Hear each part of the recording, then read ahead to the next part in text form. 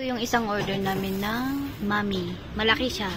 Kaya meron kaming extra na bowl para mamaya. Pero kakain muna kami. So, ayan. Nag-umpisa nang kumakain yung isa. Hello po guys, welcome back. So kasama ko na naman ang aking pamangkin at naglalakad nga kami dahil hinahanap namin yung masarap daw na parisan dyan sa Baguio. At ito na nga nahanap na namin. Tingnan nyo naman yung place nila, yung surroundings nila, maaliwalas. Sa entrance na nila ay makikita mo agad yung kanilang mga menu. So kinuha na nga ng aking pamangkin at naghanap na kami ng aming mauupuan. So pinili nga namin dito banda kasi dito banda ay matatanong mo yung Session Road.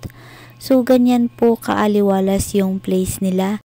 Dalawa nga po pala yung kanilang menu dahil meron pong pang family at meron din pong pang solo. So dahil dalawa lang kami ay tumingin na kami sa pang solo. Huwag nga po pala kayong mag-alala dahil afford nyo po yan dahil tingnan nyo naman yung prices nila.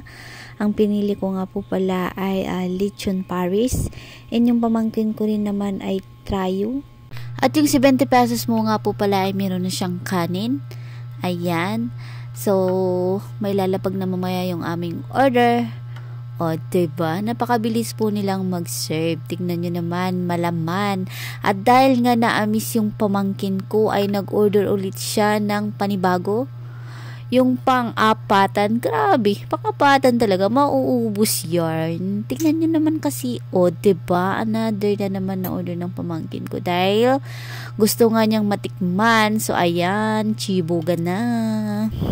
At, meron pa. Dahil meron nga po pala silang shake. Marami pong mga flavor. Meron din po silang avocado, mango, strawberry.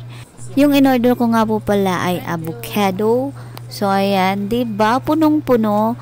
1 by 1, take 1 yan. 1 by 1. By 1, take 1. Ganon! Ewan ko ba, ba't hirap na hirap akong mag-explain? Panoorin nyo na lang kaya. O, diba? Cheers!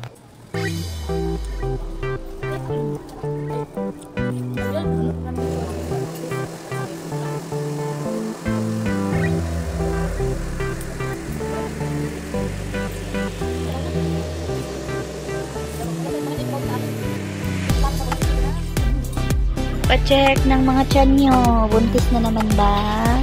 Yung sa'yo. 2. Hindi pa niya nauubos. Ako din. Tapos meron pa kaming natira. So, pwede. Ito yung purpose nito, yung meron silang plastic. Para pag may natira ka,